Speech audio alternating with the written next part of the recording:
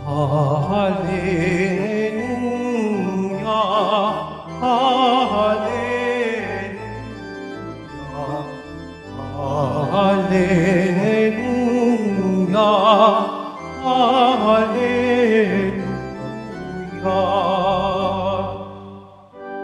Kayong mabigat ang pasan, ay kay Jesus maglapitan, upang kayo'y masiyahan. Hallelujah, hallelujah,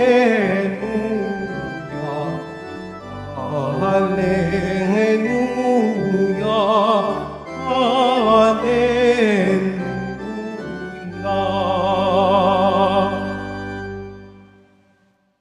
Sumainyo ang Panginoon. At sumaiyo rin. Ang mabuting balita ng Panginoon ayon kay San Mateo. Papuri sa iyo, Panginoon.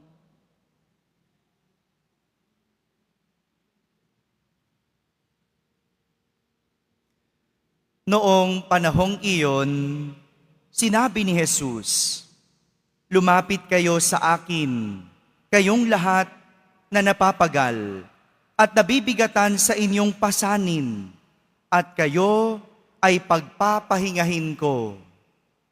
Pasanin ninyo ang aking pamatok at mag-aral kayo sa akin.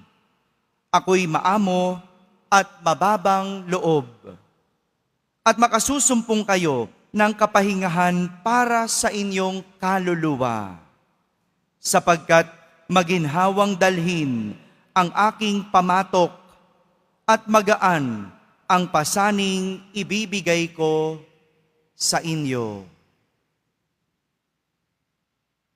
Mga kapatid, ang mabuting balita ng Panginoon. Pinupuri ka namin, Panginoong Heso Kristo. Magsipo muna po tayong lahat. Isang magandang umaga po sa inyong lahat.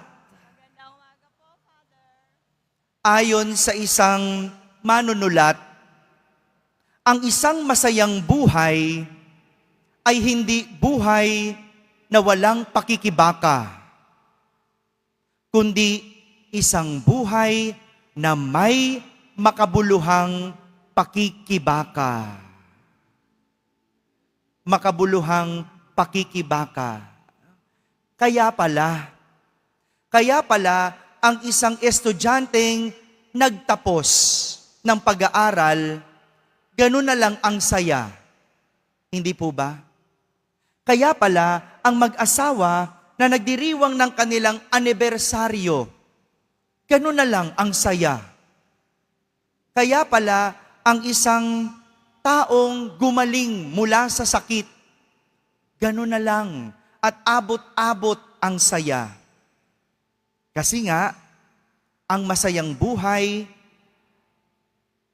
ay isang buhay na may makabuluhang pakikibaka.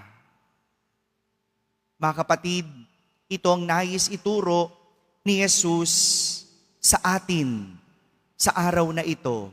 Nang sabihin niya sa ating ebanghelyo, "Lumapit kayo sa akin, kayong lahat na napapagal at nabibigatan sa inyong pasanin, at kayo'y pagpapahingahin ko." Kita ninyo na? Kahit si Jesus, alam na ang tao ay kailangan ng pahinga. Dahil alam ni Jesus na may mga taong napapagod, may mga taong napapagal, may mga taong mabibigat ang pinapasan. Mulat si Jesus sa pakikibaka ng mga tao. Kaya nga, ang payo ni Jesus, "Pasanin ninyo ang aking pamatok at mag-aral kayo sa akin, sapagkat maginhawang dalhin ang aking pamatok at magaan ang pasaning ibibigay ko sa inyo." Magaang ang pasaning ibibigay ko sa inyo. may dalawang bagay. Ang nais ituro si Jesus sa mga pananalitang ito, dalawang bagay na lagi nating tatandaan kapag tayo ay napapagal at nabibigatan. Una, struggle is real. Sabihin nyo nga po yun. Lahat tayo may kanya-kanyang pakikibaka. Magkakaiba man, pero pare-parehas na pakikibaka na dapat harapin, dapat pasanin. Yang katabi mo, hindi mo alam, gipit yan. Hindi mo alam, yang katabi mo, nag-iisip paano pagkakasyahin ang kakarampot na pera. Baka yung nasa harapan mo, hindi mo alam, may malubhang sakit. Yang nasa likod mo, hindi mo alam, baka iniwan at nasasaktan. Kaya nga, ang bawat isa sa atin, alam ng Diyos na merong pinapasan. Kaya huwag ka nang dumagdag. Yan yung maliit na bagay na kaya nating gawin para sa isa't isa. Hindi mo kayang bigyan solusyon ang problema sa pera ng katabi mo o maaring ng kaibigan mo. Hindi mo kayang pagalingin ang sakit ng nasa harapan mo. Hindi mo kayang pakalmahin ang puso ng nasa likod mo. Pero ang tanging magagawa mo lang, huwag kang dumagdag. Huwag kang magpabigat. Bawat isa sa atin, merong dinadala. At kahit ako, kahit kaming mga pari, meron din. Kaya nga, maging mabuti sa pananalita. Magdahan-dahan sa ginagawa. Maging mahinahon sa pagtrato. Kasi ang bawat isa sa atin may dinadalang pagsubok. Struggle is real. Pangalawang sinasabi sa atin at tinuturo sa atin ng ating Poong Jesus Nazareno, totoo, struggle is real. Pangalawa, but God is here. Sabihin nyo nga. Ano yung una? Pangalawa, sa gitna ng ating pakikibaka, ang paalala, andito lang ang Diyos. Andito lang ang Diyos. Kaya nga, ang sabi niya, lumapit kayo sa akin.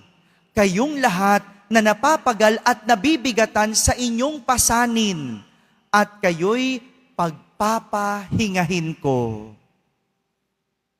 Yan ang dahilan kung bakit ka may katabi. Yan ang dahilan kung bakit may nakaupo sa iyong likod at sa iyong harap. At itong dahilan kung bakit ka nandito. Kasi naniniwala tayo na sa Diyos natin makukuha ang pahinga. Kaya ka nga balik ng balik sa Quiapo, kahit ang layo nito sa bahay mo. Kaya nga, kahit na mabigat ang iyong dinadala, simba ka pa din ng simba. Dahil nakakakuha tayo sa Diyos ng pahinga. Pahinga. Hindi mo man makuha ang sagot, hindi man madalas answered prayer, pero madalas sa Diyos, nakakakuha tayo ng pahinga.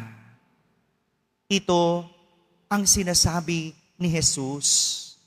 Lumapit kayo. Kapag mabigat na, ilapit sa Diyos. Kapag masakit na, ilapit sa Diyos. Kapag hindi na kaya, ilapit sa Diyos. Hindi man ibibigay ang sagot, pero ang sigurado, pagpapahingahin ka ng Diyos. Dito pumapasok ang kabuluhan ng pakikibaka. Dahil hindi natatapos o nawawala ito, kundi dahil binibitbit at dinadala, katulong natin ang Diyos. Mga kapatid, tandaan, struggle is real. Pero huwag kalilimutan, God is here. Amen? Amen.